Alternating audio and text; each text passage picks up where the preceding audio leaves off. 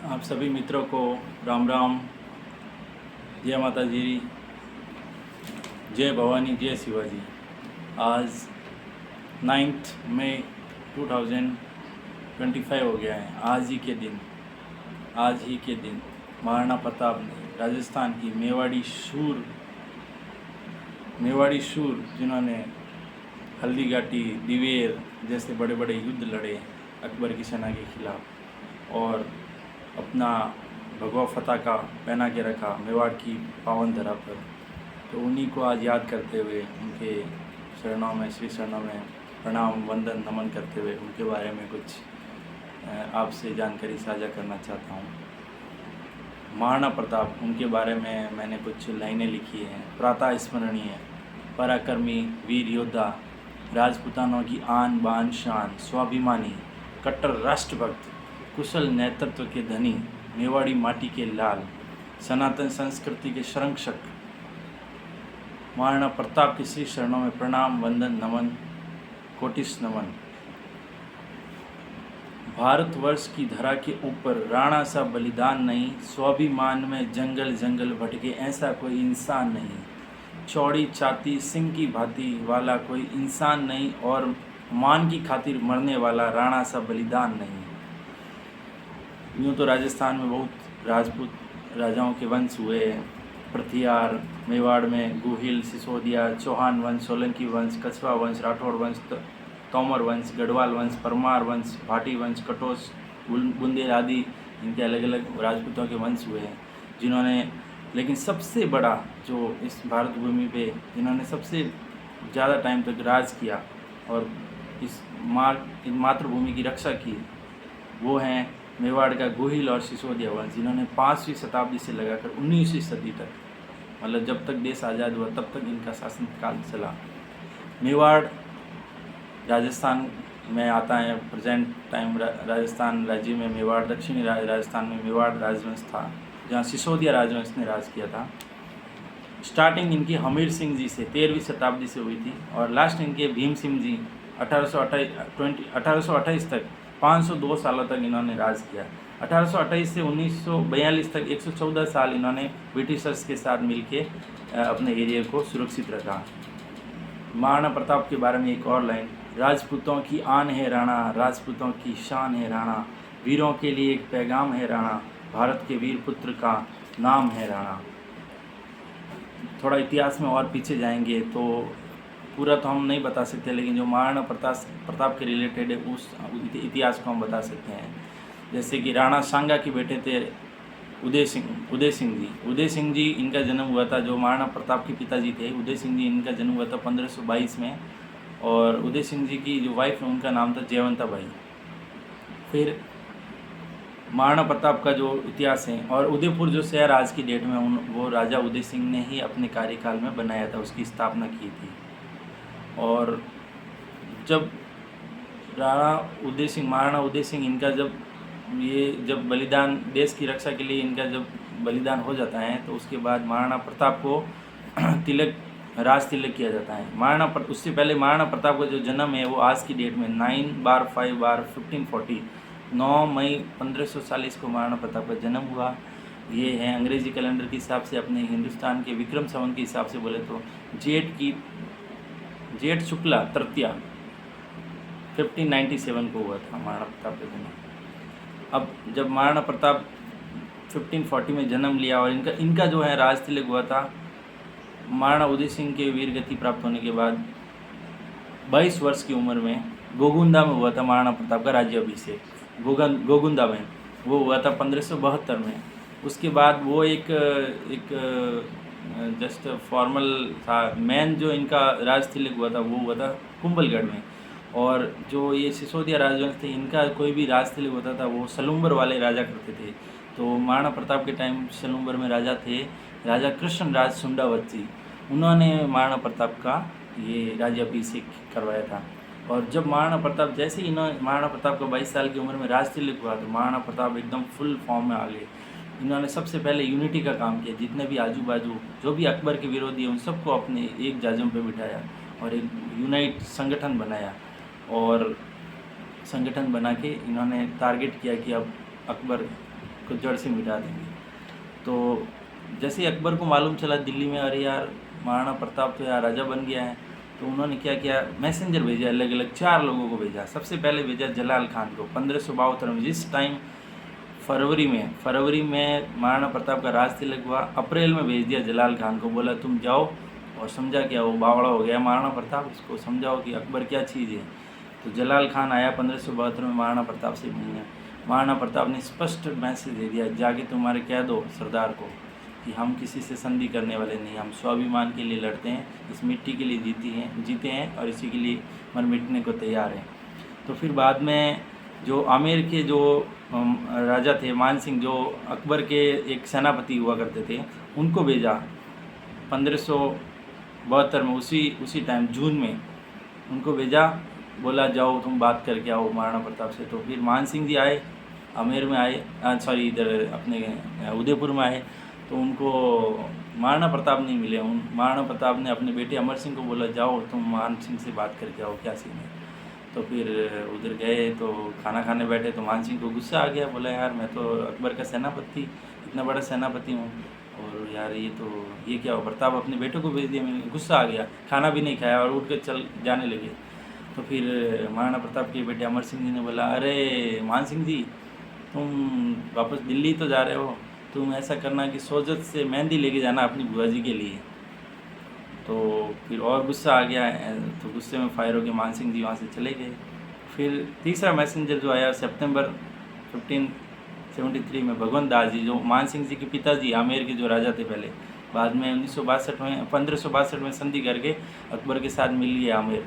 तो पहले मान सिंह जी आए, फिर बाप उनके पिताजी भगवंत दास जी आए सितंबर में। उन्होंने प्रताप जी को समझाया, महाराणा प्रताप जी को, मान जाओ, ये अकबरिया बहुत बड़ा खिलाड़ी हैं, इतने इसकी फ़ौज है, इतनी ताकत है, हम कुछ भी नहीं है। लेकिन महाराणा प्रताप ने बोला नहीं, हम संधि नहीं करेंगे, हम कॉम्प्रोमाइज़ नहीं करेंगे, हम झुकने वालों में से नहीं हैं। तो वो भी चले गए। तो बाद में लास्ट जो अकबर का है, वो जो मैसेंजर आया था वो आया था उनका टोडरमल उनका राजस्व मंत्री था, वो आया 1573 नवंबर में, और प्रताप जी को बोला कि महाराणा आप तो अभी नए राजा बने हो और वो कई सालों से राजगद्दी चला रहे हैं, अच्छा होगा आप मिल जाओ, सब मिल के काम करें। लेकिन महाराणा प्रताप ने 4 मैसेंजर आने के बाद भी वो नहीं झुके, इतना बड़ा स्वाभिमानी पुरुष थे वो उस ज़माने में। तो फिर ये सभी मैसेंजर आए और चले गए। तो फिर बाद में अकबर को आ गया गुस्सा, तो अकबर क्या किया, सेना भेजी लड़ने के लिए महाराणा प्रताप से। हल्दी घाटी का युद्ध जो 18 जून 1576 को हल्दी घाटी में हुआ था, 1576 को 3 साल सुख बैठा, कुछ भी नहीं किया। वो बोला कि यार ये तो गजब आदमी है प्रताप, तो यार ये तो झुकने वाला ही नहीं है, बोला इसको थोड़ा फल फूलने दो, देखेंगे बाद में क्या होता है। तो उन्होंने 1576 में एक बड़ा युद्ध हुआ हल्दी घाटी का, महाराणा प्रताप वर्सेस अकबर के सेनापति। अकबर खुद युद्ध लड़ने नहीं आता, वो एक एक करके अपने सेनापतियों को भेजता था, मैसेंजर को भेजता था। तो यही फ़र्क था महाराणा प्रताप और अकबर में। महाराणा प्रताप फॉरवर्ड हमेशा वॉर करने वाले आदमी थे, लेकिन अकबर हमेशा एक एक करके सेनापति को भेज के उनसे लड़वाता, वो मर जाता तो दूसरा सेनापति भेजता। तो यहाँ पे अकबर के सेनापतियों में लड़ने के लिए मान सिंह और आसफ खान को भेजा। तो प्रताप भी कोई कम नहीं था उस टाइम। उन्होंने बहुत सरदार वल्लभ भाई पटेल की तरह काम किया, छोटे मोटे रियासतें सामान सबको एकीकरण किया, सबको यूनाइट किया, सबको मिलाया। तो उस टाइम जो हल्दी घाटी में प्रताप की तरफ से लड़ने वाले थे ग्वालियर के राजा, सलूम्बर के राजा और अफ़गानिस्तान से हाकिम खां सूर आए थे महाराणा प्रताप के साथ लड़ने के लिए, क्योंकि वो अकबर के विरोधी थे। और पुंजा भील, जो भील गरासिया, जो गाड़िया लोहार हैं, ये सब जो ट्राइब्स हैं जो दक्षिणी राजस्थान में, इनको सबको महाराणा प्रताप ने इकट्ठा किया और इनको स्वाभिमान का पाठ पढ़ाया और बोला हमको इस मिट्टी के लिए, माटी के लिए लड़ना पड़ेगा, हम किसी के आगे झुकेंगे नहीं। तो युद्ध इतना भयंकर हुआ कि ये जो युद्ध हुआ था हल्दी घाटी का युद्ध, गोगुंदा और खमनौर की पहाड़ियों के बीच में भयंकर अरावली की रेंज की पहाड़ियाँ हैं, और जून का महीना, एकदम तपती गर्मी, पत्थर एकदम गरम। उस टाइम अकबर की सेना में बदायूनी करके एक इतिहासकार आया था अकबर की सेना के साथ साथ। उसने कहा कि यार मेरे को भी लेके चलो, मैं उधर जाऊंगा तो पूरा युद्ध का इतिहास वर्णन करके आऊँगा, बाद में तुम सबको बताऊंगा हम कैसे लड़े, हम कैसे जीते। तो बदायूनी करके वो आया था, उसने कोई बुक भी लिखी है जो मार्केट में मिल जाएगी। बदायूनी ने बदायूनी एक मुस्लिम एक इतिहासकार था, उसने पूरा लिखा है। तो ये युद्ध बहुत ही, महाराणा प्रताप की सेना बहुत कम थी, 2000 सैनिक थे महाराणा प्रताप की तरफ से और 3500 के आसपास सैनिक थे अकबर की सेना के। बहुत ही भयंकर मारकाट मची थी, बहुत ही पहाड़ों में तपती गर्मी में युद्ध हुआ था। उसमें हमारे जो प्रताप की सेना के वीर सैनिक थे उन्होंने बहुत ही बहादुरी से लड़ा था। फिर लड़ते लड़ते महाराणा प्रताप का जो चेतक घोड़ा है वो मान सिंह के मर्दाना हाथी के सामने ले गया महाराणा प्रताप को। तो महाराणा प्रताप ने भाला जैसे ऊपर किया तो मान सिंह जो हाथी की जो हौदी होती है उसकी हौदी के अंदर बैठ गए, जो आयरन शील्ड होती है। लेकिन उस टाइम एक गड़बड़ हो गई कि जो मर्दाना हाथी था मान सिंह का, उसकी हाथी के सूंड में ऐसी तलवारें लगी हुई थी जिसने चेतक घोड़े के जो आगे वाले पैर हैं उन पर बहुत भयंकर हमला कर दिया, जिससे चेतक बराबर चल नहीं पा रहा था। तो ऐसे लड़ते लड़ते चेतक ने महाराणा प्रताप को थोड़ा दूर ले गए। तो वहाँ पे जो महाराणा प्रताप के दूसरे सेनापति थे उन्होंने कहा कि महाराणा जी आप ऐसा करिए, आप थोड़ा युद्ध भूमि से दूर चले जाइए, हम संभाल रहे हैं। तो महाराणा प्रताप लड़ते लड़ते वो जो चेतक घोड़ा है भीड़ में से निकल के एक 26 फुट ऊँचा नाला कूद गया। इतना घायल होने के बावजूद भी 26 फुट नाला कूद के वो महाराणा प्रताप को एक सेफ जगह लेके जाता है और वहाँ जाके हार्ट अटैक की वजह से उसकी मृत्यु हो जाती, शहीद हो जाता है चेतक घोड़ा। तो फिर बाद में महाराणा प्रताप के सभी तलवारें, भाला और सभी ड्रेस पहन के झाला बने थे। उन झाला का नाम था झाला बिद्दा। उन्होंने बड़ी वीरता से महाराणा प्रताप एक सेफ जगह पे उनको लेके गए, ताकि अगर वही वीर गति को प्राप्त हो गए तो पूरी दुनिया खत्म हो जाती, मेवाड़ वंश उधर ही खत्म हो जाता, सिसोदिया वंश। लेकिन उनको एक सेफ जगह पे रखा और उनके कपड़े पहन के जो लड़ते हैं उनको झाला बोलते हैं। तो यहाँ पे झाला बिद्दा करके जो है वो झाला बन के आए, बड़ी वीरता से, बड़ी मतलब मुगलिया सैनिकों को ऐसे तलवार को काट दिया था, दो टुकड़े कर दिए, सिर्फ धड़ से अलग, ऐसा युद्ध लड़ा और फाइनली वो भी वीर गति को प्राप्त हो गया। लेकिन ये सब देख के मुगल सैनिक भाग निकले। ये जो अमान सिंह आसफ खान है, अमान सिंह तो उसी टाइम भाग गया, मर्दाना हाथी से हौदी में चिपके बाद में वो भाग गया। तो बाकी ये सेना चली गई और इधर महाराणा प्रताप की सेना भी वो लड़ते लड़ते जो भाग गए तो उन्होंने भी युद्ध विराम किया। और इस युद्ध में नैतिक जीत हुई थी मेवाड़ के सैनिकों की, क्योंकि वो लोग बाद में भाग गए। तो वो जब दिल्ली अकबर के पास गए तो दिल्ली अकबर ने बोला क्या हुआ, प्रताप लेके आए नहीं है, प्रताप को लेके आए नहीं है, नहीं बोला प्रताप हाथ से नहीं आया, निकल गया। तो फिर उनका डिमोशन कर दिया, उनको रखा, अकबर ने अपनी सेना में ही रखा, लेकिन उनका सेनापति से छीन लिया, उनकी वैल्यू नील हो गई। इसका मतलब है कि अकबर की सेना ने युद्ध नहीं जीता था, अगर जीता होता तो उनको और सम्मान देता अकबर, लेकिन नहीं जीता। इसका मतलब नैतिक युद्ध मेवाड़ के पक्ष में गया और हल्दी घाटी का युद्ध इस तरीके से मेवाड़ की सेना ने जीत लिया। हल्दी घाटी के युद्ध के बाद नवंबर 1576 को अकबर ने अटैक किया उदयपुर में। अकबर खुद आया था अटैक करने के लिए, उदयपुर में आया और उसमें उदयपुर का नाम बदल के मोहम्मदाबाद कर दिया। फिर ये जो हल्दी घाटी के युद्ध के बाद में महाराणा प्रताप कुंभलगढ़ किले में चले गए और वहाँ पे एक एकीकृत सेना तैयार की, सब लोगों को आह्वान किया कि इस मिट्टी माटी के लिए आपको लड़ना पड़ेगा। फिर से सेना खड़ी की, फिर से एक कुंभलगढ़ किले में जान डाल दी मेवाड़ को बचाने के लिए।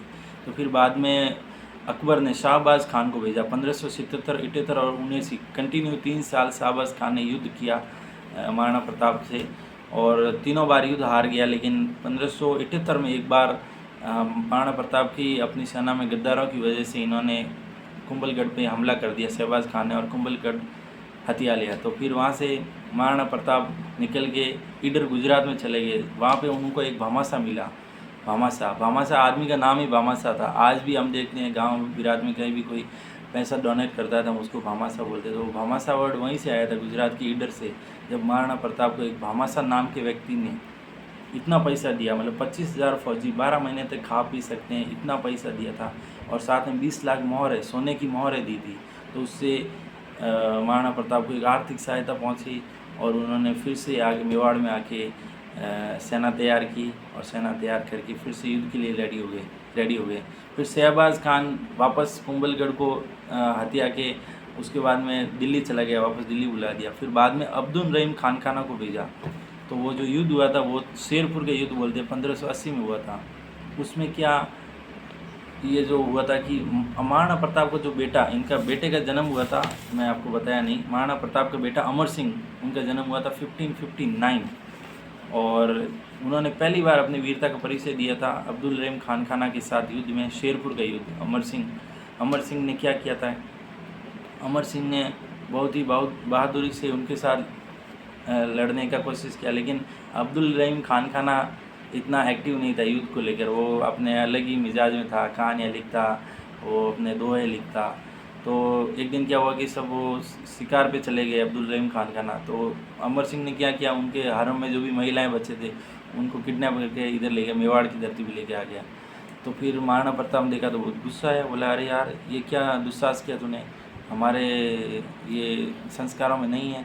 तो उन्होंने महाराणा प्रताप ने सभी जो महिलाएं थी उनको बोला आप शांत रहो, डरने की कोई ज़रूरत नहीं है, खाना पीना करो, हम आपको वापस आपके एरिया में छोड़ेंगे। तो जब महाराणा प्रताप खुद अपने बेटे के साथ अब्दुल रहीम खानकाना के पास उनकी सब हरम की महिलाओं को छोड़ने गए, तो उन्होंने बोला कि धन रसे धर्म रसे खप जासी खुरसान, तुझ जैसा कोई नहीं राणा राखे मान सम्मान। तो उन्होंने महाराणा के सम्मान में ये बातें कही थी। उसके बाद में ये भी इतना एक्टिव नहीं रहा, ये भी महाराणा प्रताप को नहीं जीत पाया फाइनली। तो अकबर ने इसको दिल्ली बुला लिया, फिर नया एक सेनापति भेजा सुल्तान खान। ये तीसरा सेनापति, शहबाज खान, अब्दुल रहीम खानकाना और तीसरा सुल्तान खान, इसको भेजा लड़ाई करने के लिए। ये हुआ था दिवेर का युद्ध 1582 में। 1582 में पहला 77-78-79, फिर 1580, फिर अब 1582 में भेजा दिवेर का युद्ध हुआ था, सुल्तान खान को भेजा। ये जो युद्ध हुआ था ये अरावली को पूरा लॉक कर दिया था इन्होंने। देसूरी, दिवेर, डूंगरपुर साइड, राजसमंद साइड, पूरी अरावली के जो रेंज हैं उसको पूरा लॉक कर दिया। तो लॉक किया तो फिर रसद सामग्री का बहुत दिक्कत होने लगा। उसी बीच में आ गया दशहरा। दशहरा में क्या है, राजपूत राजा हमेशा शस्त्र पूजन करते हैं और उसके बाद में कोई भी हो छोटी मोटी तलवार को प्यासा नहीं रखते हैं, तो कहीं न कहीं युद्ध जरूर लड़ते हैं। तो मौका अच्छा मिला कि दशहरे के टाइम दिवेर में आके बैठ गया सुल्तान खान। बोला अगर सुल्तान खान ये बड़ी सेना लेके दिवेर में बैठा है तो बाकी जो 4 जो गेट हैं जो अरावली के, जहाँ से हमको सहायता मिलती है, इधर मेन गेट में इनको मार दिया तो बाकी सब सरेंडर कर देंगे। तो फिर यहाँ पे पहली बार महाराणा प्रताप के बेटे अमर सिंह ने अपनी बहादुरी का परिचय दिया और इतना पराक्रम तरीके से लड़ा, टूट पड़े मतलब मुगलिया सेना पे। और इनके जो सुल्तान थे, इनके जो सेनापति थे सुल्तान खान, इनके शरीर में भाला पूरा आर पार कर दिया बॉडी से, और ये तड़प के मतलब मरे नहीं थे, तड़प रहे थे। तो जैसे इनका सरदार मरा तो बाकी सेना, लगभग आधी सेना तो काट दिया था मुगलिया सेना को, और बाकी 36,000 सैनिकों ने सरेंडर कर दिया। इतनी बड़ी सेना थी इनके पास। तो अमर सिंह ने 23 साल की उम्र में पहला जो बहादुरी से जो युद्ध लड़ा वो था दिवेर का युद्ध। तो जो राजस्थान के इतिहास लिखने वाले जेम्स टॉड है, उन्होंने इस युद्ध को द मैराथन ऑफ मेवाड़ का नाम दिया, और जो हल्दी घाटी का युद्ध था उसको नाम दिया द थर्मापली ऑफ मेवाड़। जो हल्दी घाटी का युद्ध था उसको बोला द थर्मापली ऑफ मेवाड़, और जो दिवेर का युद्ध था उसको बोला द मैराथन ऑफ मेवाड़ नाम दिया जेम्स टॉड ने। तो ये सब 3 बड़े जो सेनापति आए, कोई भी नहीं जीत सका मेरा महाराणा प्रताप से। तो फिर उसके बाद अकबर ने सेनापति भेजना बंद कर दिया, बोला यार ये बहुत ताकतवर है, इससे हम नहीं लड़ सकते, ये छोटा मोटा जो भी जागीर रखना है इसको रखने दो। तो उसी ये जो 1572 से 1582 तक 10 साल तक अकबर ने ट्राई किया महाराणा प्रताप को संधि करवाने के लिए, हराने के लिए, नहीं हरा पाया। तो फिर अगले 15 साल 1582 से 1597 तक 15 साल तक फिर अकबर ने कोई अटैक नहीं किया।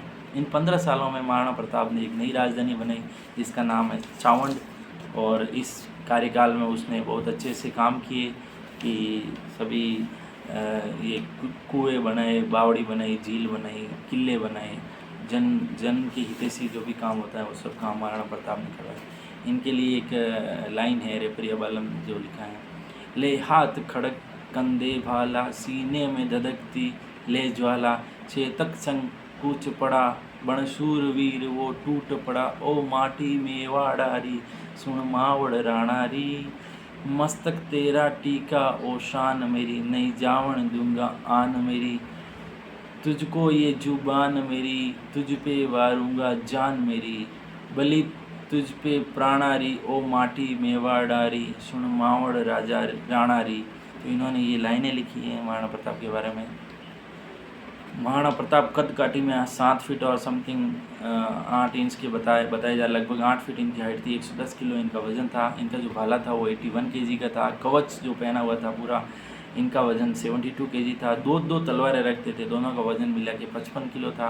टोटल ये 210 किलो के आसपास लगभग कैरी करके अपने हाथों में हथियार लेके इतना वज़न लेके घूमते थे। इनके घोड़े का नाम चेतक था। बहुत ही कहते हैं कि महाराणा प्रताप जो दिमाग में सोचते थे वो चेतक उससे पहले भी सोच लेता था कि अभी ये करना है, ये नहीं करना है। इतना अच्छा ये इनका घोड़ा था। अब प्रेरणाएं क्या हैं? हम महाराणा प्रताप से हम क्या प्रेरणाएं लेते हैं?